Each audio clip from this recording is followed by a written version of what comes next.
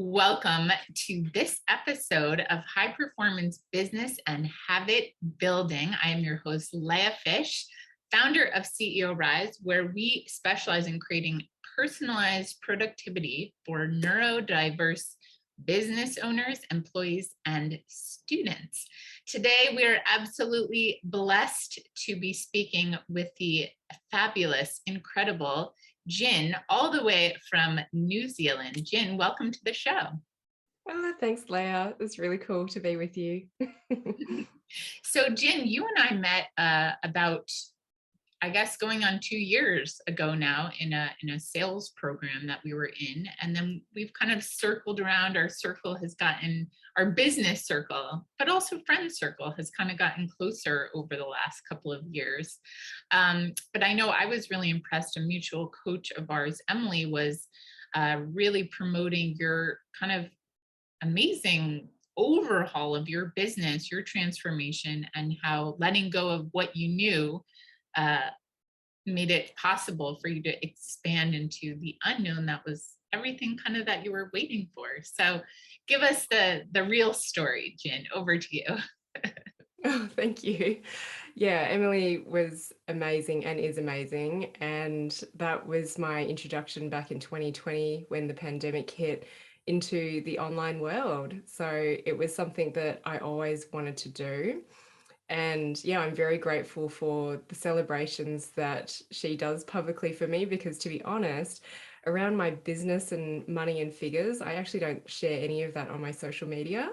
I will only share it in podcasts like this, in sort of interviews with my coaches. And yeah, it's interesting. I wonder if that is like the next level for me. So it's like I'm this secret business coach in the back end because I serve two different streams of clientele. But yeah, my background prior to that was I was a practicing osteopath, a physical therapist, and I had done that for 15 years. And I started up a clinic that grew into two clinics very quickly and a team of practitioners and admin staff. And I had that for 5.5 years. And then when the pandemic hit, I decided to go into the online space. And I loved being an osteopath, but I was really interested in the mind-body connection, psychosomatics, emotional anatomy.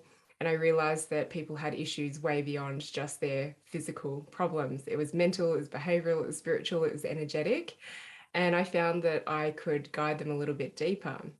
But all of a sudden, I had all this extra knowledge, but I didn't have the time to deliver that service to my clients. So I was starting to attract clients, not because I was an osteopath, but because of the other stuff I was doing. And then, yeah, the pandemic hit. And I think I shared this on some of Emily's stuff, is that I now reflect back and go, oh my gosh, I'm pretty sure I would have gone bankrupt if I didn't jump into the online space. And so that was really interesting, managing the dynamics of like, what the hell is going to go on? And I say I had all expenses, no income coming in. My husband's overseas trips as a mountain guide got cancelled. So really had to pull my finger out. And yeah, I had this dream for a few years, but I realized that if the pandemic didn't happen, I probably would have stalled it for another, I don't know, 2, 5, 10 years. But oh my gosh, I'm so grateful that it happened. And yeah, I started seeing people internationally, online, and I'm very grateful. I think, I did have a strong intention. Excuse me. I'm very grateful that everything seemed to land pretty easily for me in the online space. And I guess I had no other option really, and that's really what was driving me. And yeah, I went into seeing one-to-one clients, but over a committed period of time. And I launched a practitioner course, of which I'm in my 5th round of doing that now. Yeah. And that is something that Emily helped me with, because I had been, watching ads on Facebook telling you how you can sell out your courses on webinars and not ever have to jump on calls with people. But I was a baby coach, so I had to learn the hard way. And I just shared with my practitioner group the other day during that training that, oh my gosh, this almost didn't go ahead. almost cancelled because one person signed up on my webinar and I thought I was a failure and I wasn't destined to do this. Yeah. But I am so glad that I had a coach and I invested in a coach even though I had no money coming in. And I learned that there were other ways. And now I've done many iterations and I've developed more courses and work with practitioners, but also work with the non-practitioner world around psychosomatics, mind-body connection, emotional anatomy. And the cornerstone of my work really is helping people process their emotions. Yeah, and I've just seen how these courses have been able to grow and get better, and my knowledge has been better, and just attracting different clientele. So I'm Yeah. so glad that I stuck with it and didn't bail. And yeah, the growth has been pretty incredible, pretty fast. A lot of things happen pretty quickly in my life, and I've got to Yeah. learn to hold that energy. Yeah, that is, it's, I mean, there's so much in what you shared and what you didn't even share, just details. My favorite part is that you bought a horse. I mean, Yes. I mean, there's like what people have done during the pandemic, and you're like, well, I closed my brick and mortar, got into the online space, very quickly surpassed 500K, New Zealand dollars, and bought a horse. I mean, that's just, I mean, and so much more, right? But it's pretty amazing the things that we don't even know what is waiting for us when we start to get into this. But like you said, you had this kind of dream that you had shelved, and it wasn't really until an external circumstance gave you, let's say, that gumption to really go for it. I'm actually fascinated by brick and mortar and actually osteopathy. You don't even know this, but I was considering becoming an osteopath at one point. I love I love that work, and that really, when I used to live in England, they have osteopathy as part of the preventative like it's a whole different mindset of medicine over there. And I just really loved I got to observe a friend of mine went weekly to an osteopath. And what I loved about osteopathy, which I feel like maybe is relevant to a lot of what you're saying, is what I loved about it was, at least the way the practitioner that we went to, was there was a lot of space in the treatment, like in the right. It was kind of like doing things slowly and feeling and adjusting. It wasn't like crack, crack, crack, like a chiropractor or something like that, right? It was like it's you're integrating. At least I don't know how you were working as an osteopath, but at least what I observed, what I loved about it was inside the short session, it even included that time for integration. Would you say that Mm, was how you used to work as well? yeah, interesting. So yes, it was totally the philosophy with osteopathy to be preventative. And when people say to me, who's a good osteopath? I'm like, well, it's not even so much about the profession, it's more about the person because there are so many different ways of operating. Mm, And people would often come and see me. And I'm like, well, half of this I didn't learn in osteopathy, but I encourage you to be really intuitive and land with, do I feel comfortable? Do I have a good relationship? And do I feel like I'm getting results in the way that I desire with my practitioner? mm, Whereas I was very direct. And so I would manipulate people, I would stick needles in them, but I would have the quiet time. And for me, it was more the speaking and integrating. But yeah, there were so many things that landed for me when you were saying that. And I would have a lot of people say to me, I want to study osteopathy. And now being in the online world, I'm like, you know what, if you've got these gifts, just start putting them out there because I'm very critical about it because it has actually landed me on this path and I'm very grateful for it. But if I was to go back and study it, I don't think I would be able to sit through it mm. because it It's is 7 years. 5 years, and I think it's changed a little bit in New Zealand, but Mm, very academic. And it's this philosophy of being preventative, but you will still find a lot of osteopaths are very reactive because they get caught up in having medical to system. survive and thrive Yeah. and actually filling their books too much and not creating that spaciousness. So I love how you talked about that integration because that's what I desire for any practitioner is to let their client feel like there is spaciousness within the treatment, within the experience of working with them. And Mm. so many people in this industry or the osteopathy, chiro, that industry of seeing clients, they don't know that there is another way to be able to deliver services to Hmm, people. So I'm really happy that you crossed paths with that person and you had that experience. But I would be critical and say that even though it's the philosophy, not every osteopath lives by sure. that.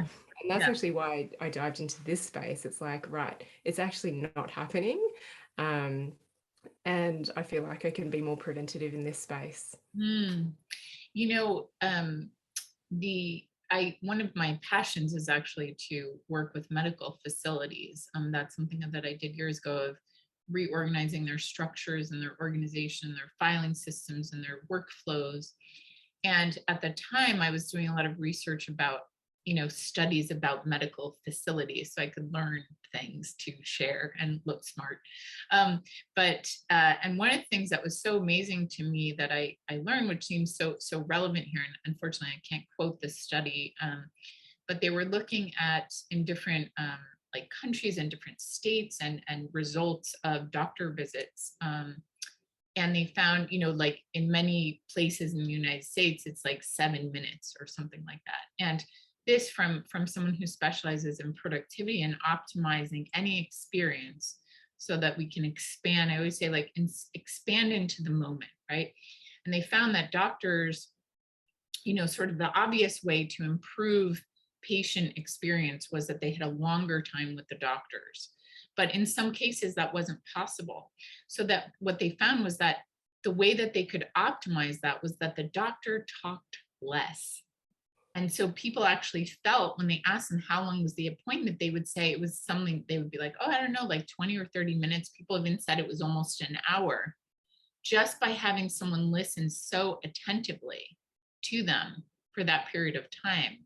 And I think that that really sort of informed a lot of not just the work that I do, but sort of the philosophy of the work that I do, that we can create that spaciousness, even if it's actually only 7 minutes, Mm, or some short period of time. And and I think you were sort of touching on this, that a lot of these things aren't necessarily taught. And the things that you bring to your work or that you brought to your work that actually caused you to leave that particular flavor of your work is that we see the things that are so meaningful to our clients, and then we want to do that, we want to kind of mm. just do that sweet spot thing. Do you think that now that you've kind of left the brick and mortar behind, but you're still in that world, but in a different iteration in your own creation, do you feel like you're just doing the things that you like, or do you feel that you're kind of also doing things that you quote have to do?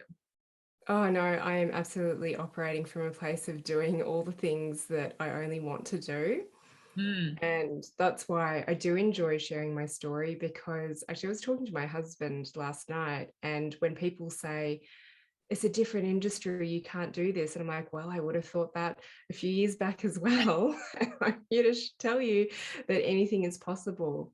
But what yeah, do they, sorry to interrupt, what do they say, like, so they're, in air quotes, so you can't do that? What is it that they're saying you mm. can't do? Well, they don't think that they could see less clients and create more space to be able to really support them, because they're used to that, an osteopath will see anywhere between 40, 60, 70. And I've got some colleagues that I know see 100 clients a week, and they operate really well doing that. But then there are the people who feel like they need to see 40, 60 clients because money, survival. And I always remember my accountant saying the only way that you can make more money is you either see more clients or you put your price up. And most people will see more clients rather than put their Mm, prices up. mm, And actually, it's a recent uh, things happen in themes in my life, as I think you know and experience yourself as well. But lately, I've had a lot of clients just mention how they can feel that their practitioner does not have the space for them. They can mm, feel how busy they are, even though obviously their practitioner is not talking to them about this. So, there's a lot of osteopaths around me. There's a lot of those kind of bricks and mortar clinics, and that's the way we're taught to operate. And we don't know that actually you can see less clients and you can charge more for that, and people will value that service. And yes, it's not available for everyone, but yeah, when I guess I stepped away from being that in-clinic practitioner, I am still registered and I still pull on my osteo knowledge, but I don't treat as a traditional osteopath. It's really just in the background. Um, the other thing that can be restricting is that people feel I'm registered. And so my board's going to come down on me if I do anything outside of the box. But I know that I always want to receive out of the box Mm. therapy or treatment. I want the person to just tell me the truth, not what is by the textbook or via the protocol. So I think those are some of the limitations that make people feel like I can't do this in my industry because I'm licensed, I'm registered, which may have some truth to it. Mhm. Or I don't see anyone else doing what you're talking about. So, Well, now they yeah, see you, right? yeah, You're yeah, setting the yeah. stage.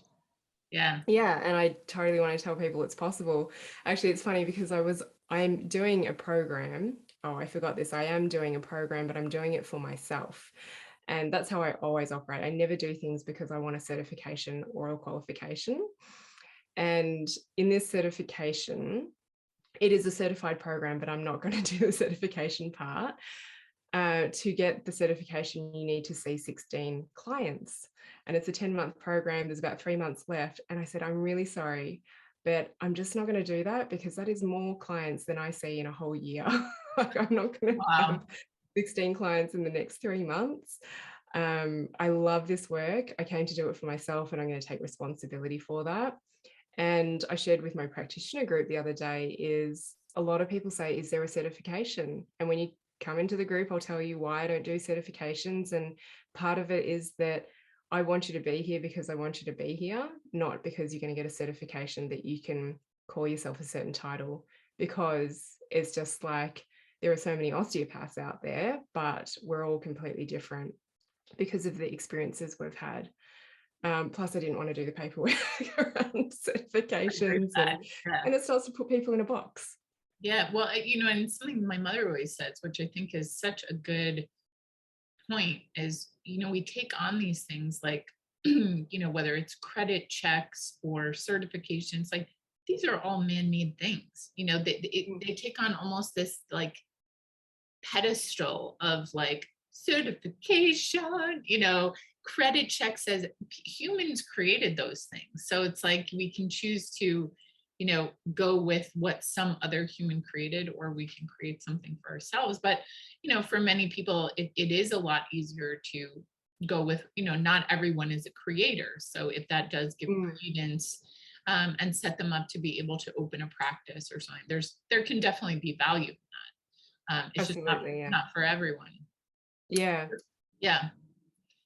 I remember when I was I studied narrative therapy, a form of deconstructionist talk therapy, and I got the first two certifications actually, and after that was becoming a therapist, which was a couple of year program, which I didn't do. And in the second level certification, which interestingly was, the first one was quite large, and then the second one was, it's like even from 1 to 2, most of the people were gone, and but just to say, when you were saying like how much studying was involved, I think in a lot of these things, the basic one, a lot of people come in and they're like, yeah, I'm not going to do that, but they said to me, that the other people in my program were kind of disturbed that the teacher, the educator, the facilitator said to me that this was in 2007, but she said I could never be which already, it's not going to be good when someone says never to say, but she said I could never be a narrative therapist because I was too goal oriented. Uh, Mm, and I was like, well, good. I'm not trying to be a narrative therapist. I'm just learning this to add to my skills. yeah. um, and of course it stung, and I certainly remember that. But I think, for a lot of these things, there is a framework which has been proven to work. Let's say, so there is, I think, understandably a lot of fear of like, well, if you're not following the framework, how do we know if it's going to work? If it's Mm, deregulated, we don't know what's happening out there. So mm. I can understand the fear, but I think it's really neat how you've managed to weave, your formal training and your intuitive training and your own personal exploration of self, that you're able to continue weaving that like a good entrepreneur into everything that you're offering your clients. Yeah, absolutely. And I'm listening to Napoleon Hill's Think and Grow Rich at the moment. And I was introduced to that book about 10 years ago, and it's so good to re-listen to it because now I understand on a much deeper level some of the principles and concepts. And one of them that speaks to what we've just been talking about is doing courses and certifications, is that acquiring knowledge is one thing, but organizing and actually doing something with it is another thing. And that is where I feel like some people will get stuck is, okay, I've got the knowledge and it's so good. I love the learning, but how do I now put myself out there?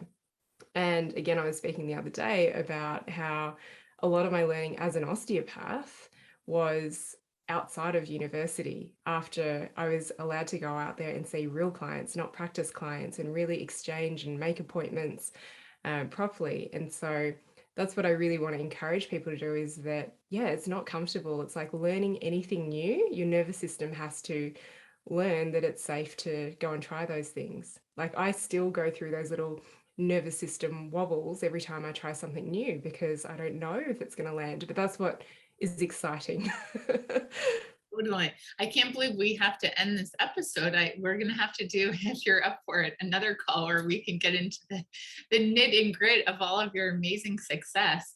But just while we wrap up this amazing conversation, I always like to leave, with many of our listeners and fellow show hosts are musicians and artists. And, for someone who's listening where they may not be an osteopath, it's not like an exact overlay to their situation, but there's someone who maybe, like you shared at the beginning, they have a dream that's been on the shelf, that and they're not in a position where a global pandemic is pushing them to overhaul everything they knew, or maybe they just want to buy a horse. But what would you say to someone who kind of has that dream, and they don't necessarily see the way to leave what they know, to go into the unknown, but knowing that's really where their passion is? Oh, yeah. Okay. So I'm going to pull on the Napoleon Hill text and I'm really just listening to chapter 2 and 3 over and over and over again because I realize how distracted I get and that I just feel like, oh, yeah, I've listened to that chapter. But it really solidifies what I have done and what I am doing with a little bit more intention after re-listening to that. And it all starts with a desire, but then a decision to act out on that desire.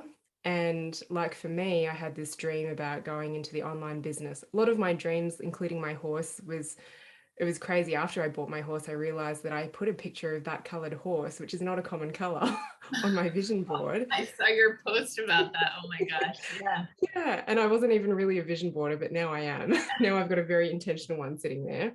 Cool. Um, but yeah, it all starts with a desire. So I had that dream of going into the online space, but I didn't have a plan yet. But it Mm, was there. And then I now so trust in timing, surrender to the process, and things will land when it lands. So is have that desire, make a decision that you really, really want that desire, sort of no matter what, yeah. and trust that. I think sharing is really amazing. So what I am doing is I've written out a statement of what I desire by the end of this year, and and it is a business focus, that particular desire, writing it out, sharing it, speaking it out loud. And that's a big part of when I teach people to process emotions, is that your voice has a frequency of vibration.